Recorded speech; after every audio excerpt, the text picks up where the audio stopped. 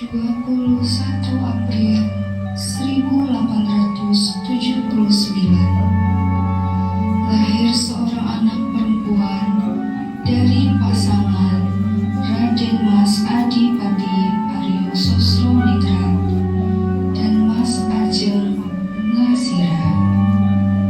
Anak tersebut diberi nama Raden Ajeng Kartini.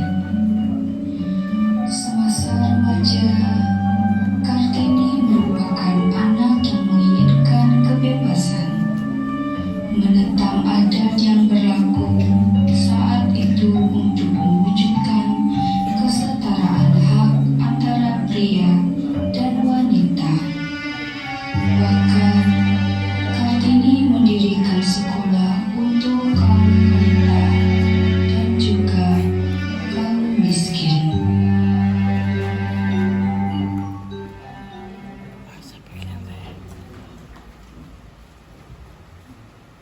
Jadi ini adalah huruf A, dibaca A. A. Nih, sedang apa kau di sini? Aku sedang mengajar. Untuk apa kau mengajar? Wanita itu harusnya menikah dan mengurus rumah. Apakah salah jika seorang wanita melakukan hal yang kita inginkan, Mas? Kami juga manusia. Sudahlah Kartini, kau tak perlu mengajari mereka. Ayo sekarang kita mas kembali ke binitannya. Kan? Biarkanlah Mbak Yo kami mengajar kami. Kami juga butuh ilmu pengetahuan agar tidak ditindas oleh orang lain. Wanita juga manusia yang pantas dianggap adil oleh sesama. Kesetaraan hak harusnya menjadi nilai yang menyatukan kita, Kang Mas. Ya betul, kami tidak bisa terus-menerus terkurung di rumah ini yang tak menunggu pria datang dari mana, yang tak kami kenal lalu langsung menikah. Ini sungguh tidak adil. Kami wanita juga berhak memilih yang terbaik bagi kami. Jaga ucapan kalian. Wanita itu sudah seharusnya dipingit. Siapa kalian yang berani mengubah tradisi turun-menurun? Mbak Yu Kartini mengajari kami bahwa laki-laki dan perempuan harus memiliki kesempatan dalam hidup. Tentu kami berani untuk menentang tradisi ini. Sesulit apapun jalan yang mungkin akan kami tempuh nantinya, kami yakin Mbak Yu Kartini akan dapat mengubah tradisi ini. Dan kami yakin perempuan juga memiliki kesempatan untuk dapat kehidupan yang lebih baik. Sudahlah, terserah kalian saja. Ayo Kartini, kembali.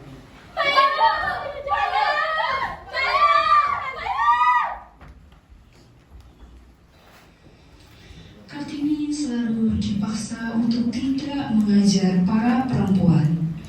Ia pun mau tidak mau harus merelakan keinginan. Kartini pun dipanggil oleh ibu tirinya karena ia telah melanggar tradisinya. Nih, keluar! Cepat, keluar! Ada apa, Ibu? Nih, sudah saatnya kamu harus pinggir. Ibu tidak mau dan kamu terus mengajar dan belajar. Persiapkan dirimu hingga calon suamimu menjemput. Mengapa, Ibu? Apakah salah jika seorang wanita belajar? Apakah salah jika seorang wanita menjadi Juga! seperti pria? Tradisi tetaplah tradisi. Dan saya akan tetap mempertahankan pendapat ini, Ibu. Terserah kamu saja. Hingga tiba saatnya mau siap atau tidak siap, kamu harus melakukan pilihan.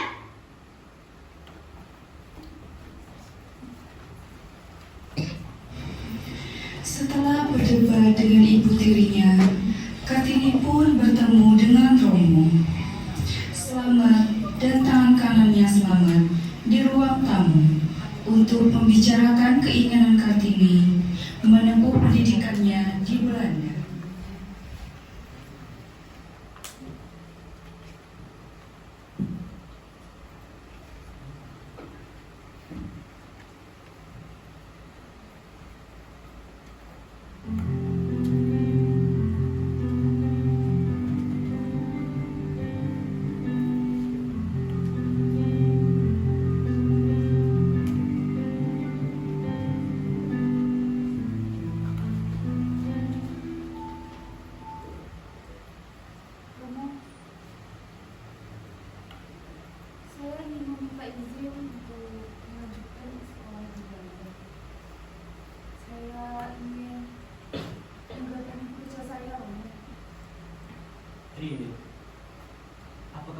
melanjutkan sekolah di Belanda? Benar, Romo. Saya ingin menggapai mimpi. Baiklah, Romo mengizinkanmu.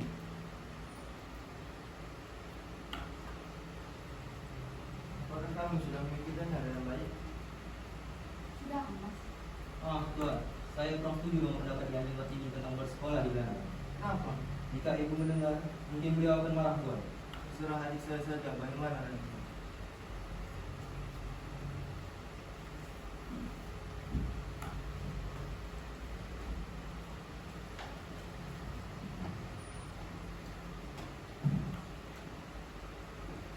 Sekarang seharusnya kamu harus bersyukur nih karena ada orang yang melamarmu.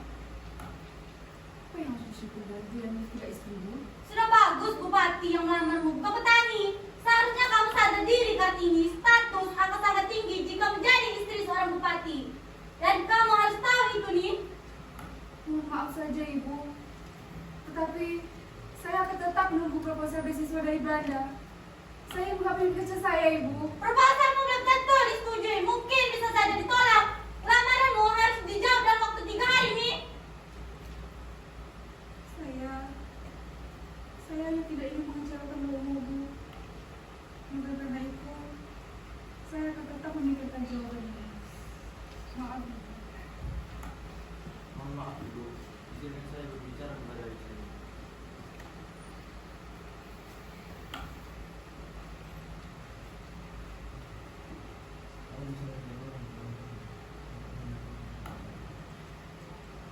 Saya tidak mau, Mas. Sekarang semuanya sudah jelas. Kamu hanya memikirkan dirimu sendiri. Ibu.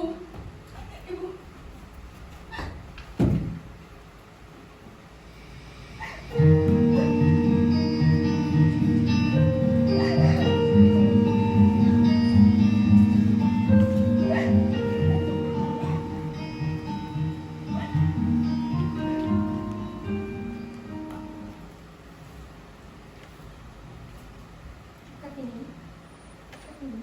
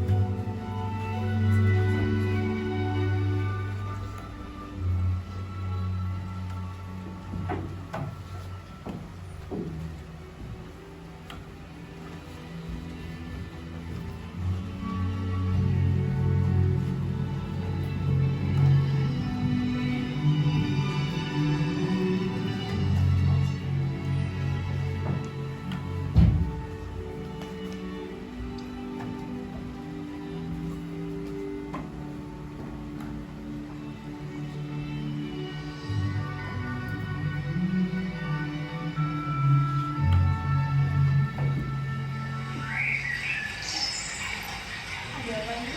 Panggil waktu ini. Kita sedang tidak di pendopokan. Ada yang ingin ditanyakan yang mengerti dari ilmu pelajaran apa yang sudah kamu pelajari waktu di sekolah?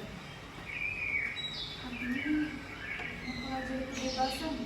Lalu menurutmu, apa yang tidak terkandung dalam asaran? Aku tidak tahu. Kesetiaan. Manusia ketika dipanggil hatinya tentram karena keseimbangannya terjaga. Sepintar-pintarnya orang Belanda untuk menguasai dunia, mereka tidak mengenal dengan kesedihan. Selama ini, ibu menerima dipisahkan oleh tembok kehidupan dengan anak-anak yang lahir dari lahir ibu tadi. Harapan ibu, anak-anak bisa sekolah dan derajatnya lebih tinggi dari ibu tadi.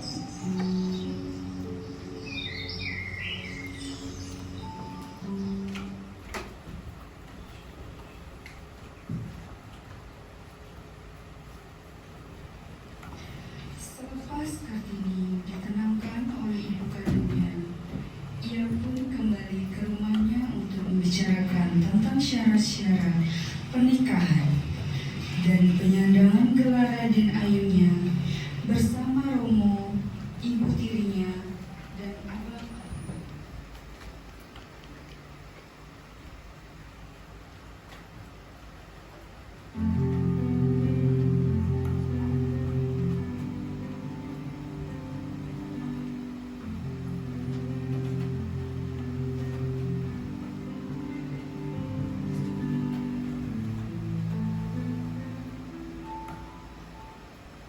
bagaimana?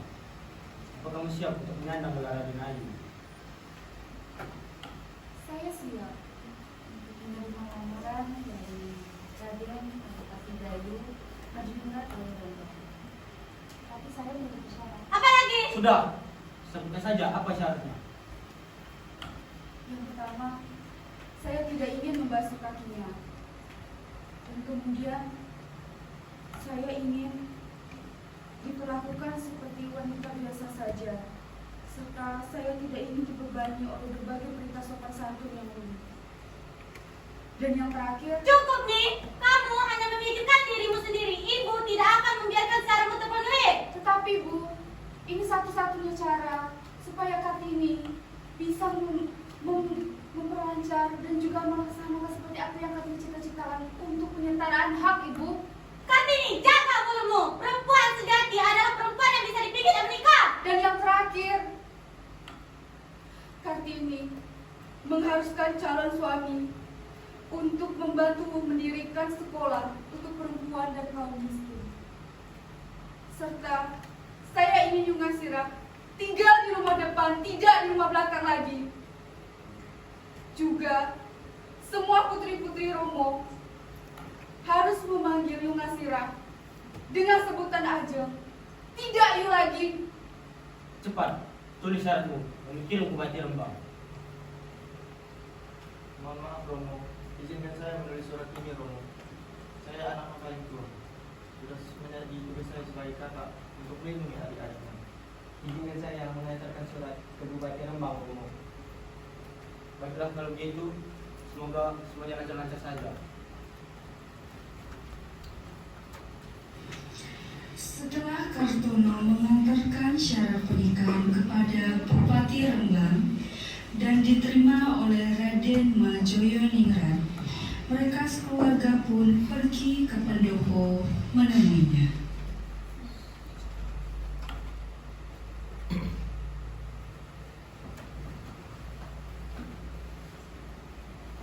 Apa benar? Yang Kartini yang menulis syarat pernikahan itu? Benar Kang Mas. Tetapi jika syarat-syarat tersebut tidak terpenuhi, saya harap Kang Mas tidak berperkara masalah menjadi masalah dan permusuhan antara keluarga. Ada apa Raden Mas? Mohon maaf Romo, saya geli dengan kekhawatiran yang Kartini. Tetapi itu wajar, karena dia belum mengenal siapa saya. Justru saya di sini ingin meluruskan hal penting yang tidak bisa dijelaskan melalui surat. Sebenarnya saya sangat ingin anak-anak diasuh oleh ibu yang berhati kuat dan pintar seperti dia negatif. Saya setuju dengan syarat-syarat ini dan saya akan ikut mengawal cita-citamu. Bagaimana dia? Jika syarat-syarat tersebut dapat dipenuhi, maka saya rela menikah dengan Mas.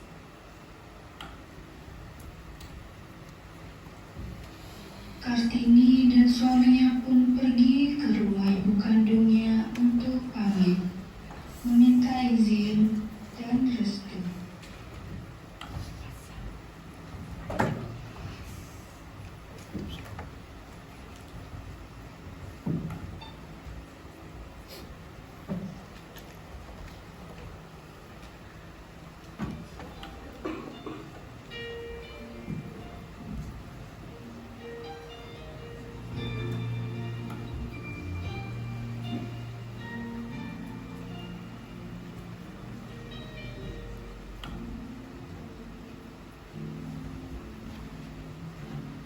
Ibu, Kartini pamit untuk menjadi Raden Ayu. Iya, Nak. Bawalah impianmu menjadi kenyataan. Sudah di depan mata, Ibu percaya kepadamu kan? Bu, terima kasih telah merestui saya. Dan saya akan berusaha yang terbaik untuk Kartini dan keluarga. Saya ingin membawa Kartini. Iya, Raden Mas. Bawalah ke arah yang baik, jangan mengecewakan dia. Ibu percaya kepadamu, Raden Mas.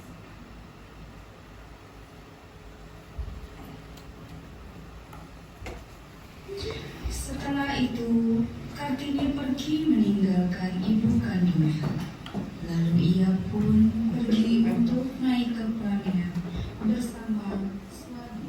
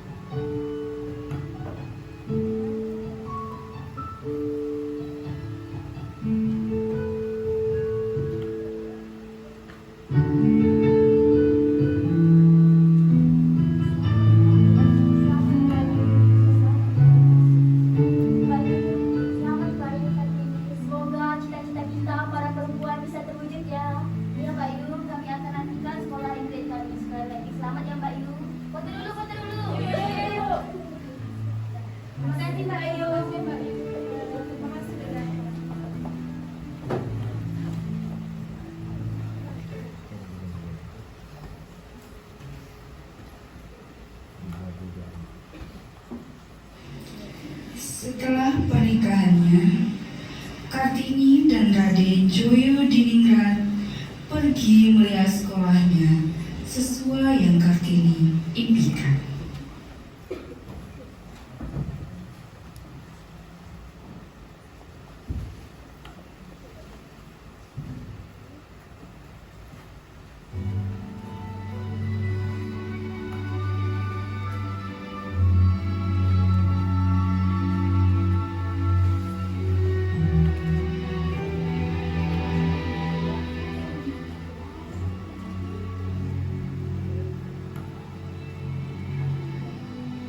Terima kasih Kak Mas. Karenamu, impianku menjadi kenyataan. Terima kasih juga telah menepati janjimu. Aku bangga, Mas. Sama-sama Adik Kartini. Sudah seharusnya seorang suami menjadi istri.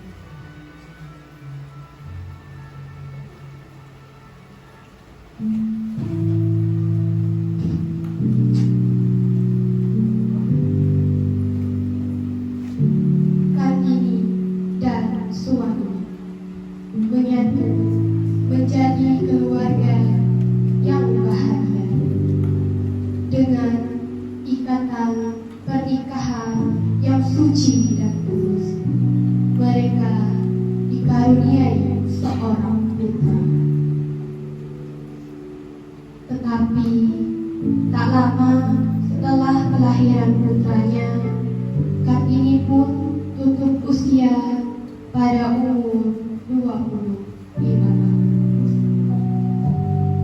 Sekolah yang dibangunnya menghasilkan banyak generasi wanita yang luar biasa di zamannya. Sungguh besar jasa